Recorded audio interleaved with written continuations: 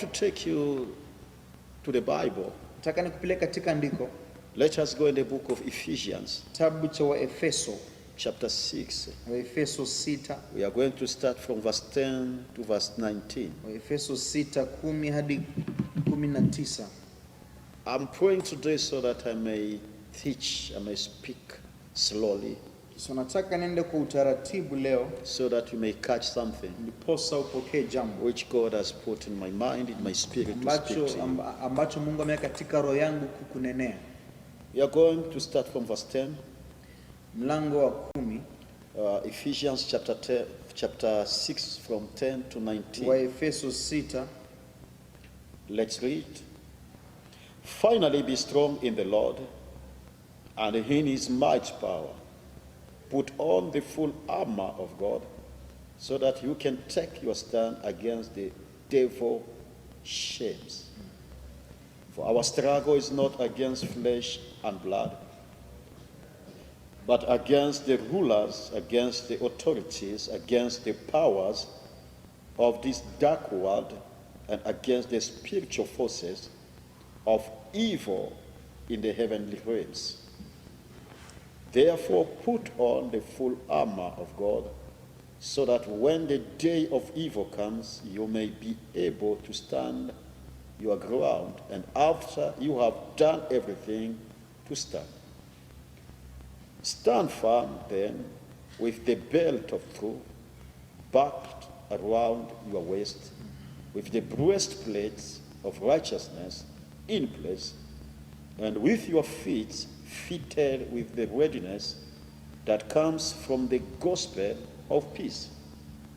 And in addition to all this, take up the shield of faith, with which you can extinguish all the flaming arrow of evil one. Take the elements of salvation and the sword of the Spirit, which is the word of God, and pray in the Spirit on all occasion with all kinds of prayers and requests. With this in mind, be alert and always keep on praying for all this Lord's people. Pray also for me, that whenever I speak, words may be given me, so that I will fiercely make known the mystery of the gospel. Father, in the name of Jesus Christ of Nazareth, we thank you for your word which you have given us this morning. We know, Father, you hide your power in your word, the visible and invisible are the outcome of your word. As you speak to us through this portion of scripture today, let the scripture bring life to our viewers wherever they are.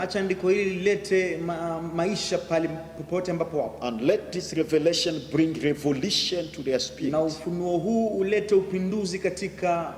so that they may stand in boldness and fight the good fight of faith. We thank you, Father, because we are vessels which you have chosen by yourself, so that you may use us in these last days to equip your people and prepare them,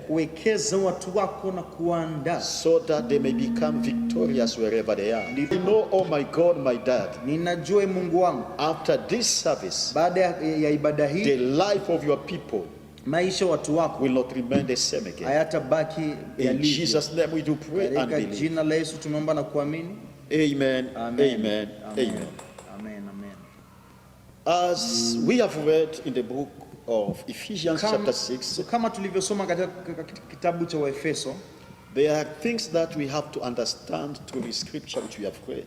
Tutaelewa katika andiko hili ambalo tumesoma. And I want to take you verse after verse. Nataka nikupeleke andiko baada nyingine. Because I want to teach. Sababu nataka nifunze. If the grace will be given to me this morning. Sababu ya neema ambayo nimepatiwa asubuhi ya leo. Number 1 in verse 10, the scripture which we have started with. So kitabu kilikuwa ni cha Efeso 6 kuanzia 10. Finally be strong in the Lord. Nasema hatimaye mzidi kuwa hodari katika Bwana. And in his might power. Na katika uwezo wa nguvu zake. Finally be strong in the Lord. Hatimaye kuwa na nguvu katika Bwana. We are called to be strong in the Lord. Tumeitwa kuwa na nguvu katika Bwana. It means our power, our strongest. Inamaanisha nguvu zetu na nguvu ambazo tunazo. It's not in anything else. Iko katika kitu chochote kile. But in the Lord our God. Lakini katika Mungu Baba yetu. Who is our Redeemer, our Savior. Ambaye yeye ndiye Redeemer wetu. Who has given us power. Ambaye ametupatia nguvu. And who has positioned us to become sons of God. Na kutuwekeza tuwe wana wa Mungu. It means when we are strong in the Lord. So wakati sisi ni wenye nguvu katika Bwana. We are partakers of everything he achieved for us. Tunakuwa sehemu ya vitu vyote ambavyo alifanya kwa minajili yetu. And this is a call for all believers. So huu ni mwito wa waumini wote. To be strong in the Lord. Kuwa na nguvu katika Bwana. We have to understand in the time, in the days we are living. Lazima tufahamu katika majira na siku tuishizo. It doesn't matter how powerful you are. Haijalishi wewe ni mwenye nguvu kiasi gani. Financially, materially. Kifedha ama katika kimali. It cannot help you now in the day which we are living in. Katika siku hizi vitu hivyo vikakusaidia. What will help you in this era which we are living in? Vitu ambavyo vitakusaidia katika wakati huu. It's when you are strong in the Lord. Wakati wewe ni mwenye nguvu katika Bwana. And we have to understand this is a call for all believers wherever you are. Tufahamu huu ni mwito katika kila muumini ambaye. It doesn't matter who you are. Haijalishi wewe ni nani. Which position you occupy in the society. Ama katika nyadhifa gani katika jamaa. What you have achieved in the society. Vitu ambavyo umejikusanyia. All your achievement will not help you now. So kufuzu kwako kote hakutakusaidia sasa. But it's only when you are strong in the Lord. Wakati tu katika. And it's a call for all believers. So ni mwito wa waumini wote. To be strong in his power, in his might. Kuwa hodari katika nguvu zake. Now you have to understand where the might of God is hidden. So lazima ujue nguvu za Mungu zimefichwa wapi. The power of God is hidden in his word. So nguvu za Mungu zimefichwa ndani ya neno lake. Which means it's a call for all of us. Inamaanisha ni mwito wa kwetu sote. To be strong in the word of God. Kuwa na nguvu katika neno la Mungu. The Bible says all things will pass away. Inasema mambo yote yatapita. But the word of God will not pass away. Lakini neno la Mungu halitapita. Which means what will remain, it's only the word of God. Maanisha kile ambacho kitabaki ni neno tu. Which will remain unshakable is only the word of God. Kile ambacho kitabaki bila kutikizwa ni neno tu. Which means when your life, my life are built on the word of God. Inamaanisha wakati maisha yetu yamejengwa katika neno la Mungu. We are unshakable. Hatuwezi tukatikizwa. Why? Because we are built, our life are built in the word of God. Sababu maisha yetu yamejengwa ndani ya neno la Mungu. Which will never pass away. Ambalo halitapita. The riches, the position may pass away. So utajiri, nyadhifa zaweza zikapita. But the word of God will never pass away. Neno la Mungu halitawahi pita. When the Bible is calling us to be strong in the Lord. So Biblia kituita tuwe hodari katika Bwana. We have to be strong in the word of God. Lazima tuwe wenye nguvu katika neno la Mungu. We have to know the word of God. Lazima tujue neno la You Mungu. cannot be strong in something which you don't know. Huwezi kuwa na nguvu katika kitu ambacho hujui. It's a call to know the word of God. Ni mwito kujua neno la Mungu. Which means inamaanisha we can become might and powerful. Twaweza tukakuwa wenye nguvu na hodari through the obedience kupitia utiifu of the word of God. Wa neno la Mungu. Number 2 in verse 11. Mstari wa pili in verse 11. Mstari wa 11. Put on the full armor of God, so that you can take your stand against the devil's shame. Nasema vaeni silaha zote za Mungu ili kwamba muweze kuzipinga hila za ibilisi. We have the Bible is clear. So maandiko yako wazi. The shame of the devil is not a secret for us. It's not something hidden from the word of God. So sio kitu ambacho kimefichwa kutoka katika neno la Mungu. It's well known. Inajulikana vizuri. The time the devil will attack us, wakati shetani atashambulia. That's what the Bible is talking in verse 11. So Biblia inaongea katika mlango wa 11. We have to put on the full armor of God. Lazima tuweke silaha zote za Mungu. You cannot put the full armor of God huwezi kuweka silaha za Mungu when you are not strong in the Lord. wakati hauna nguvu katika Bwana. God must become your stronghold. Mungu lazima awe stronghold for you to have his full armor. Ndiposa uwe na silaha zake. Which means you have to become somebody who depends on God. Inamaanisha lazima kuwe ni mtu ambaye unamtegemea Mungu. So that also you may depend on the full armor of God. Ndiposa pia utegemee mavazi haya ya kiungu. It's impossible to put on the full armor of God. Haiwezekani kuweka silaha za Mungu when you are not strong in him. wakati hauna nguvu ndani mwako. Because this full armor of God, sababu mavazi haya ya silaha are mysteries ni siri which are revealed only in his word, ambazo zimeachiliwa kwangu which are able to enable you na lina nguvu la kukusaidia to stand firm against the shames of the enemy. kusimama hodari katika hila za ibilisi. Put on the full armor of God, vaeni silaha zote za Mungu, so that you can take your stand, ili kwamba muweze kuzipinga hila, so that you can take your stand. Ndiposa usimame. We have to understand when the enemy comes to attack us. So lazima tufahamu wakati adui amekuja kutushambulia. He wants to bring confusion. Anataka lete confusion. He wants to make you unstable. Anataka kufanya wewe usio hodari. And it's only when you put on the full armor of God, wakati umeka silaha za Mungu, you are stable. Unakuwa hodari. When you are unstable, wakati hauko hodari, you cannot achieve anything in this life. Wezi ukatimiza chochote hapa duniani. You cannot win any battle when you are unstable. Na wezi ukashinda vita vyovyote vile. It's only your stability, so uwezo wako wa kusimama, which gives you power to attack your enemy, na kupatia nguvu ya kustahimili, and to become victorious in every battle that enemy brings against you. Na kuwa hodari katika kila vita ambavyo adui amekuletea. The point which is here, point ambayo iko hapa, something to point out, kitu ambacho ni cha kunakili. When the enemy comes to attack you, wakati adui amekuja kuattack, he wants to destabilize you. Anataka akufanye usiwe imara, so that you may not stand on your ground, ndiposa usisimame, so that you may not stand on your position. ndiposa usisimame katika nyadhifa yako. And when you cannot stand on your position, wakati huwezi ukasimama, you are already won by your enemy. tayari adui ameshakushinda. That's why it's a call to put on all the full armor. Ndiposa ni mwito kuweka full armor ama for us to be strong, we have to put all the full armor of God, lazima tuweke silaha zote za Mungu, and not the human armors, na sio silaha za kibinadamu, which means nothing from people, so inamaanisha hakuna chote cha watu which can enable you to stand firm in a situation which you are in. Kukuwezesha.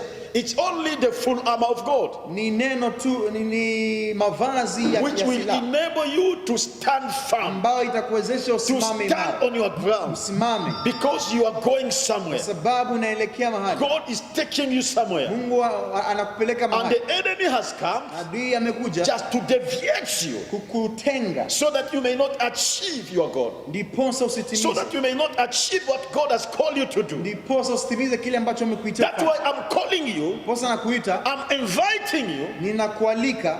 I want you to give me your time, nataka unipatie muda wako, so that you may catch what the Spirit of God ndiposa ushike kile ambacho Roho wa Mungu is about to release upon your tayari spirit. kuachilia katika neno lako.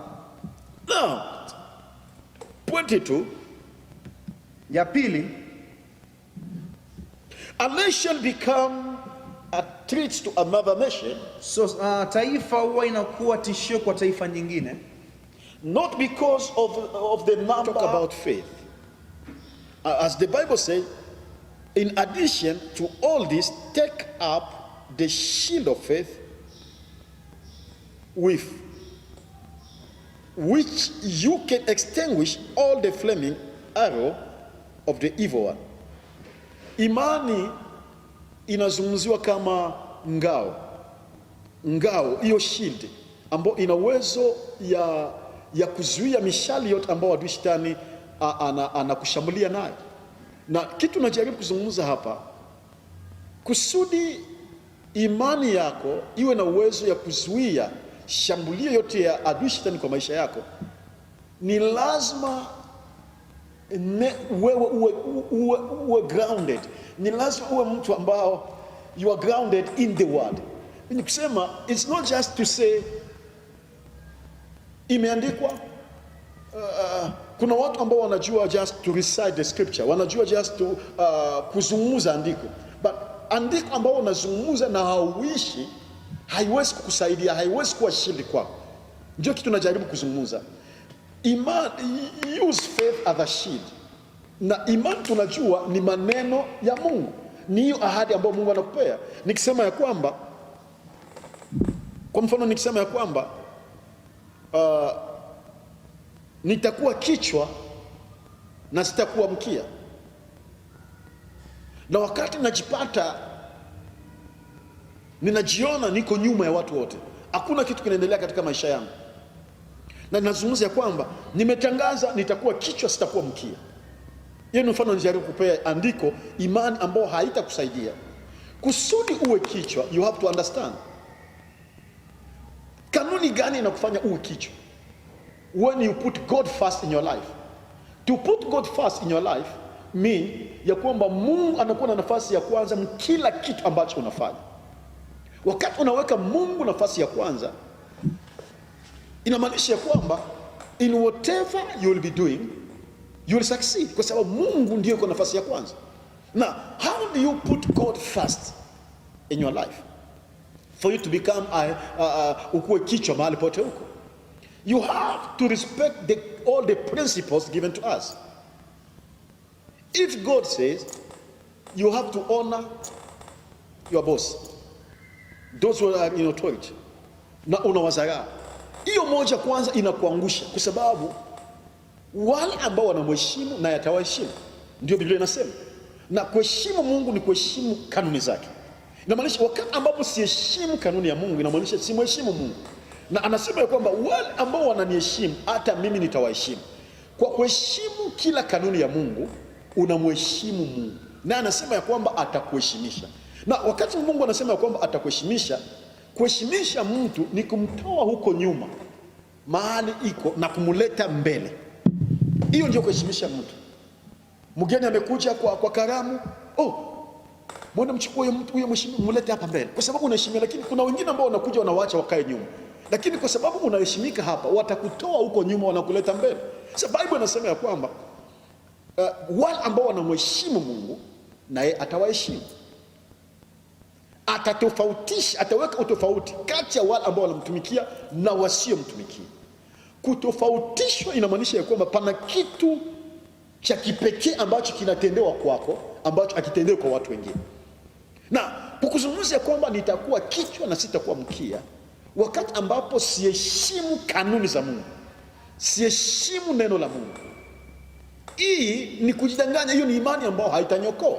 Ndio hapo nimezungumza ya kwamba wakati Bible inasema in verse 16, in addition to all this, take up the shield of faith, with which you can extinguish all the flaming arrow of the evil one. Sasa imani hii ambayo inazungumziwa kama ngao ya kuzuia mishale yote, wakati unajiona uko namba mwisho, uko wa mwisho, vitu tunafanya, kila kitu unafanya haiendeki, unasema ya kwamba mimi nitakuwa kichwa. Hautakuwa kichwa kwa sababu unaizungumza, lakini utakuwa kichwa kwa sababu unafanya vitu vya kufanya uwe kichwa. Sasa ni lazima tuelewe ya kwamba imani ambayo itakuokoa sio imani ya maneno, unazungumza maneno ya Mungu ambao auishi. Ni lazima hayo maneno ambayo unazungumza, hiyo ni maneno ambayo unaishi, hiyo ni maneno ambayo una apply kwa maisha yako, ndio ina uwezo ya kupea stability, ndio ina uwezo ya kushinda shetani. Hauwezi kushinda shetani na neno ambao shetani anajua ya kwamba auheshimu. Biblia inasema ya kwamba shetani ndio anatustaki mbele ya Mungu. The devil is the accuser of the brethren, which mean anytime unafanya kitu kibaya, shetani anajua kile unafanya, na shetani anaenda mbele ya Mungu kukustaki mbele ya Mungu. Inamaanisha ya kwamba hakuna kile unaweza kuficha shetani. Kile ulifanya hauwezi kudanganya shetani, hauwezi kujidanganya mwenyewe, na hauwezi kudanganya Mungu. Which mean imani ambayo itakuokoa kwa wakati kama huo sio imani ya kusema tu kwamba imeandikwa 1000 itaanguka kulia, 10,000 kushoto, mimi nitasimama. Hapana, hiyo haitakusaidia. Ni wakati ambapo unafanya vitu vya kufanya ya kwamba Mungu akulinde, kwa sababu wakati unaishi dhambi, wakati unaishi kinyume na maneno ya Mungu, uelewe ya kwamba protection ya Mungu haiko juu ya maisha yako, ulinzi ya Mungu haiko pamoja na wewe. Unampea shetani nafasi ya kufanya kazi katika maisha yako, kwa sababu wakati unaishi ndani ya dhambi, wakati unadumu ndani ya dhambi, dhambi na mwanga havipatani. Wakati unaishi dhambi, inamaanisha kwamba umemkaribisha shetani katika maisha yako. Na kazi ambayo tunajua shetani in the book of John chapter 10 inazungumza kwamba shetani number 1 ni mwizi, ni mharibifu na ni muuaji. Inamaanisha wakati unaishi ndani ya dhambi, shetani ana uwezo ya kuharibu kazi yako, ya kuharibu familia yako, ya kuua na kuiba kila kitu nacho. Hata kama utazungumza ya kwamba mimi nimekukemea shetani, mimi nitaendelea, mimi nitaishi maisha marefu, haiwezi kufanikiwa, haiwezi kukamilika. Hiyo sio imani ambayo unatumia kama ngao ya kusaidia, kwa sababu hauishi hiyo neno. Bwana asifiwe. Hii ni mambo ambayo tunahitaji kuelewa. Kusudi protection ya Mungu, kusudi ulinzi ya Mungu iwe pamoja nami, ni lazima hiyo neno ambayo ninatumia kama ngao kuattack shetani. Wakati anaeleza kwamba utakufa, na mimi namwambia sitakufa, nitashuhudia wema wa Mungu, ni lazima nijue kwa sababu gani sitakufa. Biblia inasema ya kwamba mshahara ya dhambi ni mauti. Maana kama ninaishi ndani ya dhambi, inamaanisha ya kwamba kifo itanipata tu. Hata kama nitangaza ya kwamba sitakufa, nitashuhudia wema wa Mungu, nitakufa. Kwa sababu gani? Maisha ambayo ninaishi ni maisha ya dhambi, ambayo inazalisha kifo katika maisha yangu, inazalisha uharibifu kwa kila kitu ninafanya. But wakati ninaishi maisha matakatifu, maisha ya kumpendeza Mungu, ninaweza kumzungumzia shetani, sitakufa, nitaishi, nitashuhudia wema wa Mungu. Na hayo maneno itamshinda shetani. So shetani akiniangalia ndani mwangu, hana chochote cha kunihukumu, hana chochote cha kwenda nacho mbele ya Mungu kumweleza Mungu, na utalinda Pastor Lebon, na aliiba, alidanganya, alifanya hiki. Wakati shetani hana chochote cha kunyakiza na mbele ya Mungu, tayari ameshindwa vita hii. Ndio sababu ninazungumza ya kwamba imani, wakati Biblia inasema ya kwamba tuvae silaha zote za kiroho, ni lazima tuelewe ya kwamba number 1, Bible inazungumza hapo mwanzo mstari wa 10 tulianza, be strong in the Lord. To be strong in the Lord is to be strong in the word of God. To be rooted in the word of God. That is to be strong in the Lord, because Mungu ni neno. To be strong in him is not how much time we go to church, but how much time we apply his word. How much we are rooted in his word. That is how we are strong in the Lord. It's not about how many years you're in the church. It's not about what you do in the church, but it's about how rooted you are in his word. Hiyo ndio inakufanya kuwa strong in him, because nguvu ya Mungu ni neno lake. Neno lake ndio nguvu yake yote, hana nguvu nyingine, neno lake ndio nguvu yake. Na wakati Biblia inazungumza hapa tuvae, tutumie ndani ngao kama ya imani kuzuia mishali yote, vitu vyote ambavyo tena anajaribu kutuletea kutuangamiza. You have to understand, you will not be protected by God by your confession when what you are confessing it's not part of your life. Bwana asifiwe. Hiyo ni jambo ambalo nimezungumza hapo in verse 16. Verse 17, take the elements of salvation and the sword of the Spirit, which is the word of God. Now, in verse 17, ni lazima tuelewe wakati Bible inazungumzia kwamba uvae kofia ya wokovu.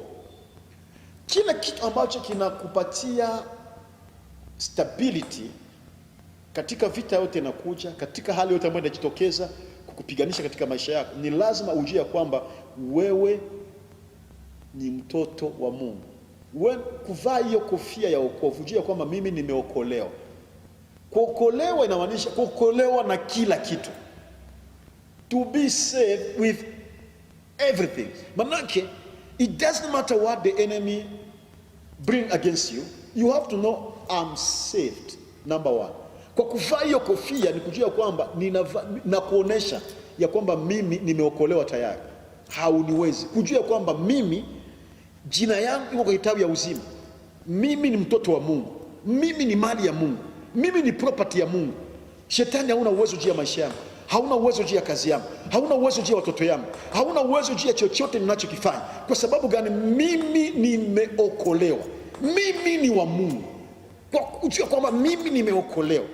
Mimi sio wa dunia. Mimi nimefanyika mtoto wa Mungu. Na baba yangu hata niache uniangamize. Baba yangu hata kuacha unishambulie hivyo. Baba yangu hata kuacha aone unaniumiza na anakaa. Baba yangu ndiyo Bwana wa majeshi. Baba yangu ni mfalme wa wafalme. Baba yangu anatawala ufalme zote. Baba yangu iko juu ya vitu vyote. Kwa sababu ninajua mimi nimeokolewa kwa kuvaa kofia ya wokovu. Ninajua mimi ni mwana wa Mungu. Wakati tunaomba kwa lugha, hata kama ulikuwa weak, hata kama ulikuwa unachoka, hata kama ulikuwa unavunjika moyo, utajipata uko encouraged kwa sababu ni Roho Mtakatifu anachukua ushukani ndani mwako na ameachilia vitu ambavyo unahitaji katika maisha yako. Verse 19 nasema,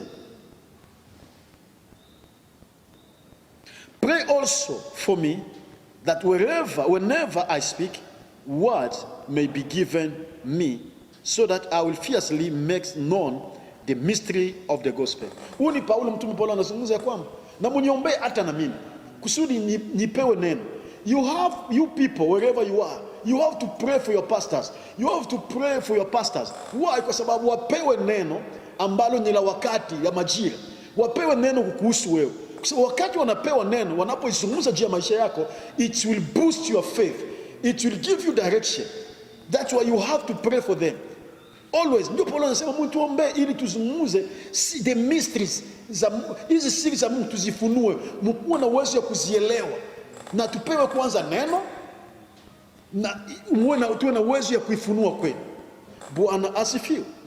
Ni wakati mbaya ambao tuko ndani, ni wakati ambao kanisa limejaribiwa. Ni kanisa ambao wakati ambao imani yetu imewekwa kwa jaribu, na ni wakati ambapo ni lazima usimame mahali huko. Hii si wakati yako ya kugive up. Hii si wakati yako ya kuzungumza lugha ya watu wa mtaa. Hii si wakati ya wewe kuzungumza lugha ya watu wa dunia. Watu wa dunia hawana tumaini. Hawana tumaini kwa sababu tumaini yao yote imeshindwa kuwasaidia. Hela zao zimeshindwa kuwasaidia. Vifaa vyao vya hospitalini vimeshindwa kuokoa maisha yao. Tumaini moja tunayo, ni sisi tunao Mungu wetu. Tumaini yetu iko kwake. Haiko kwa vifaa vya hospitalini ambao walikuwa wanazungumza kwamba wanangoja waone Afrika watu wakikufa wakiwa kwa barabara, wakikuwa kwa street. Nakwambia wanangoja mpaka wataisha, si tutaishi. Kwa sababu tumaini yetu sio kwa vifaa vya hospitalini. Tumaini yetu haiko ndani ya mapato. Tumaini yetu haiko ndani ya economy yetu. Tumaini yetu haiko ndani ya cover ambazo tunazo ama assurance tuko nazo. Tumaini yetu iko ndani ya Bwana. Tumaini yetu iko ndani ya Mungu wetu. Na ndio sababu tunatumaini watu wa Mungu. Tuna sababu ya kuvaa silaha za Mungu ili tusimame katika wakati huu ambao imani yetu imejaribiwa. Ni maombi yangu ya kwamba wakati huu itakuwezesha kumjua Mungu kwa njia nyingine. Itakuwezesha kumjua Mungu kwa viwango vingine. Itamfunua Mungu kwa njia mpya kwa maisha yako. So kila hali inayojitokeza kwa maisha ya wanadamu inakuja kufunua Mungu kwa kiwango kingine kwa maisha yako. Ungejua ya kwamba ungekaa kwa nyumba yako muda ya mwezi mzima, hautoki nje, na mpaka leo unakula chakula na haujakufa, unajua ya kwamba Mungu ana uwezo ya kukulinda. Ungejua ya kwamba ungeishi bila kazi, ulipenda kazi yako, haungekuja kanisani, ulikuwa tayari kushinda mipango ya kanisa juu ya kazi yako, lakini Mungu amekufunza ya kwamba hata bila hiyo kazi anaweza kusupply mahitaji yako, anaweza kukulisha. Hizi ndio vitu ni lazima uelewe. Maybe tumaini yako ilikuwa kwa cover ambao nayo ya matibabu, ya kwamba mimi nina cover ya nzuri itanilinda. Hiyo cover yako hawezi kusaidia kwa corona. ni Yesu atakusaidia njia. Na maanisha hii mambo ni lazima ilete ufunuo mpya kwako kuhusu Mungu. Ujue Mungu ni nani na ujue nafasi gani utampea kwa maisha yako. Mpendwa, ningetaka nimalizie hapo kwa siku ya leo, lakini haya mambo yote ambayo nimeyazungumza, kama hauna uhusiano na Yesu Kristo, kama haujawahi kumpea maisha yako, hayawezi kusaidia. Kwa sababu kukua hodari ndani ya Bwana ni lazima umpee maisha yako. Kama hujampea Yesu Kristo maisha yako, mahali pote upo, hii ni wakati ambapo mwaliko uko kwako. Sio mwaliko wa Apostle Lebon, lakini mwaliko ya Kristo ambao amenituma. Anahitaji, anakuhitaji. Mahali upo kama hujampokea Yesu Kristo, nataka uombe baada nami, urudi baada yangu katika maombi haya.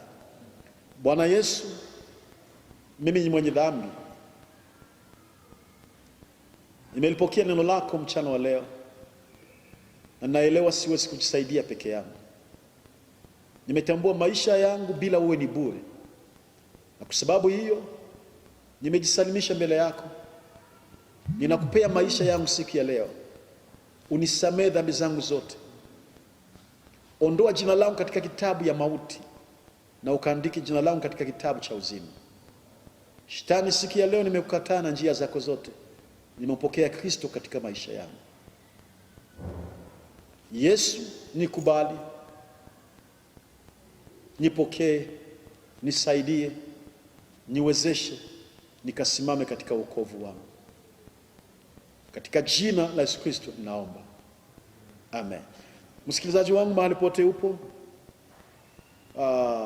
nakushukuru kwa muda ambao umetuwezesha kuhudumia, ingawa tumekuwa na itilafu nyingi kwa sababu ya mtandao, kwa sababu ya maandalizi, lakini naamini pana sehemu hiyo ambao umepokea, na naamini ya kwamba imebariki maisha yako, na unapoyafanyia kazi utaona huyu Mungu.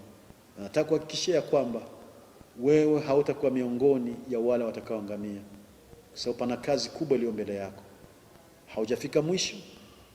Panga pamoja na Kristo, mualike katika maisha yako, mualike katika kazi yako, na utaona ukuu wake. Ningetaka kuomba sasa na kila mmoja ambao amenifuata mahali upo, atakayefuata mahubiri haya baada. Baba, katika jina la Yesu Kristo, nabariki watu wako wote ambao wamenifuata siku ya leo, siku ambao umeweka neno hili kuzungumzia sikuvaa silaha zote za kiroho. Naomba ya kwamba kila Mkristo na yule ambaye amepokea siku ya leo, Bwana, utawezesha kila mmoja akaelewa umuhimu ya silaha hizi na kuzivaa katika maisha yao, ili wawe na uwezo wa kusimama katika wakati huu mzito ambao imani ya wengi, imani ya watoto wako imejaribiwa. Naomba ya kwamba Bwana utawezesha watu wako, taifa lako, mahali pote wako, pasiwe yote atakaoangamia, bali ukawape ushuhuda jambo hili likawezesha kujua kwa kiwango kingine kipya katika maisha yao. Neno lako linasema hakuna aliyeweka tumaini kwako ambao aliaibishwa.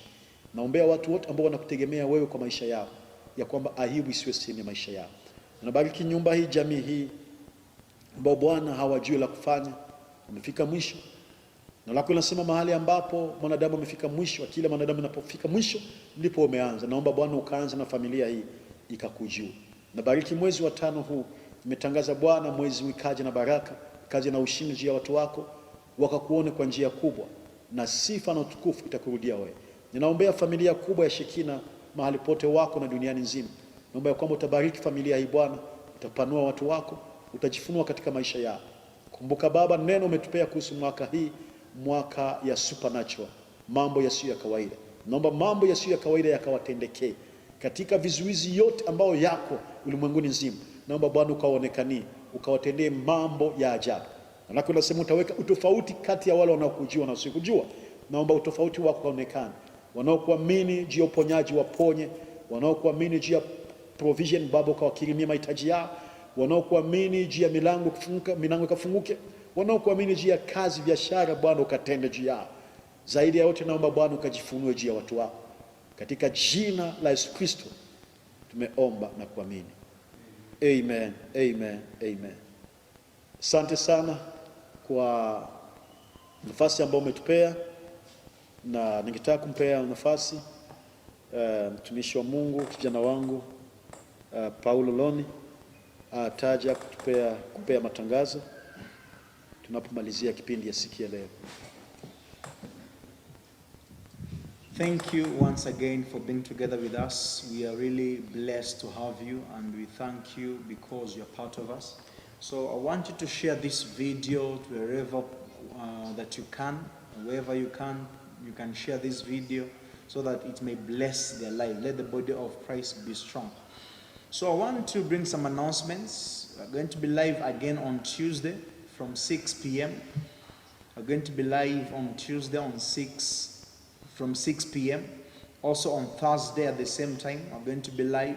Then Saturday is going to be a greater and a mega service just online.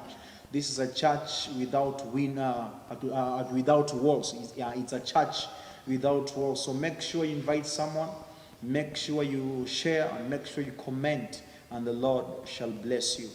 Till we meet again, may the Lord do you good.